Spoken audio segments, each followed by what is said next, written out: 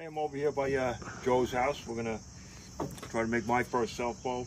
These are Shagbark Hickory staves that I cut upstate near Cooperstown last year in August. They've been drying in my shed and in my basement by the oil burner for since then. And they're nice and straight, nice and clear. So we're over here marking the first one out, and we'll see how it comes out.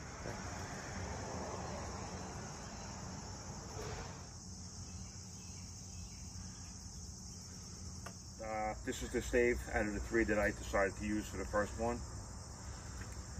We follow the grain line, which is pretty straight on this one, from end to end. And we mark the center, snap the line, and now we're making marks 3/4 of an inch on either side of the center line. Right, and then we're going to lay out the bow. Then we're going to lay it out, lay out the handle, lay out the tips. We're going to trim it, and then before long, we're going to have a bow to look at.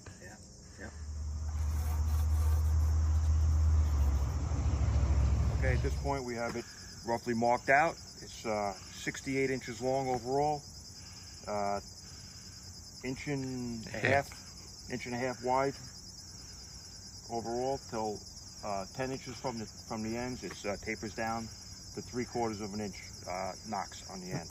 Right. Now all we're going to do is rough trim it on the bandsaw, and then we'll go to the next step. Okay. So we had it marked out. And we cut away a lot of the excess wood, the bulk of it with the bandsaw. We have the thickness of the limbs marked out. We started with 5/8 because we're going to come down, but you want a little heavier weight bow. So right, we started with, right now the line is 5/8 of an inch. We're going to take quite a bit of wood off. Right. But right now, like Joe said, it's probably 80 or 90 pounds like this. And then with the belt sander, we're going to take it down. The handle. And now with the belt sander, we're going to sand down to our lines.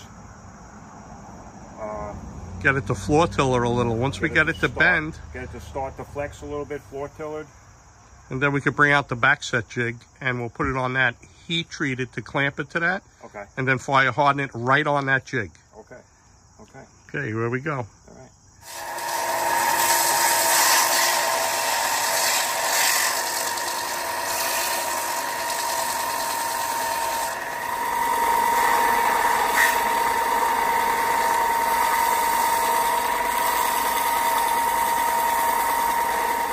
At this point, we have it pretty much shaped up, roughly shaped up. The limbs are sort of thinned out pretty well, and we have. We're going to test the moisture content right now. We're going to try at the riser here first. I don't know if I know how to use this prop. Oh, okay, 7.5, 7.3. Well, okay. Going down, going down. That's a rough, good enough idea. Now to check the limbs. 6.6. Then we're going to try the limbs.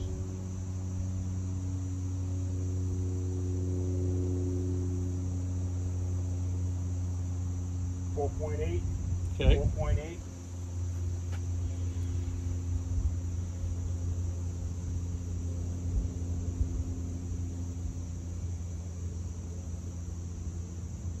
Here we go.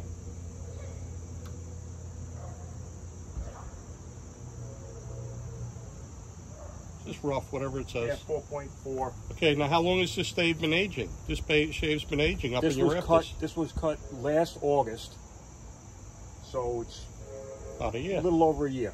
It's been up in the rafters in a barn, and then it was moved down to my basement next to the oil burner for a couple of months. So that's why we have a lower content than when we have raw staves that are up like 14, this 15. That's aged for a year so far. For quite a while. So we're going to heat it up, right? And then what are we going to do? Now we're going to heat it up and slightly, bend it slowly as we heat it up. So to fit the backset jig. And clamp it to the backset jig.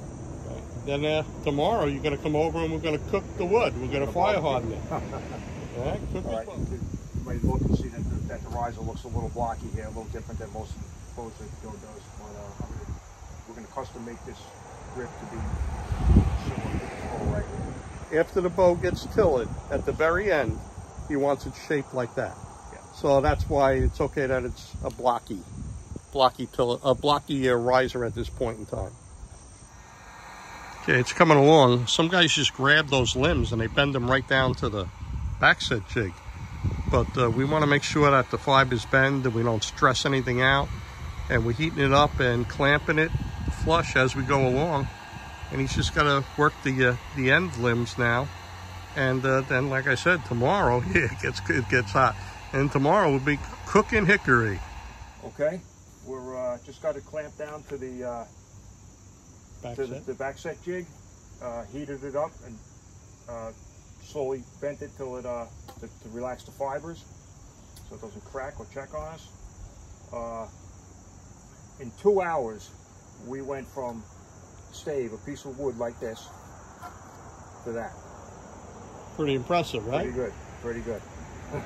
So now that he heat treated that back of that bow, we're just going to check it with a moisture meter. Instead, you see some guys muscle the bows to the backset jig. We heat them up and bend them so the fibers bending and not stressed. So what do you got, a reading wise? We didn't really heat treat the handle. Should have maybe a reading there, or is it 0? Right now we have 0. Okay, that's what I expect. 0. Check the limbs now.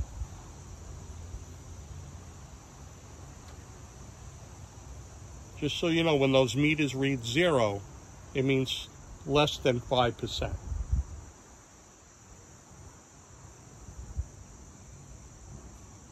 Right? 0? Yeah, we have 0. That's it. That's all it is. 0. So now all we're going to do is we're going to let that stay. We're going to move that into the house. And tomorrow he's going to come over. And what are we going to do tomorrow? Tomorrow we're going to cook. Yeah, we're cooking hickory, man. We're going to cook hickory. All right, so to be continued, but look at that for 4 hours? 2 hours. Oh, 2 hours. 2 hours. Oh my good, that's some kind of record. For 2 hours. Started at 10 o'clock, it's just before 12. Got his bow shaped up, tapered, floor tilled, backset, cooking tomorrow. It's all good. Okay, Chris's longbow is ready to go for tomorrow. I put the clamps on the upside down so it can hang over the fire. All right, we got the clamps, the 90-degree clamps on the ends, and we're ready to go. Gonna cook for 2.5 hours tomorrow.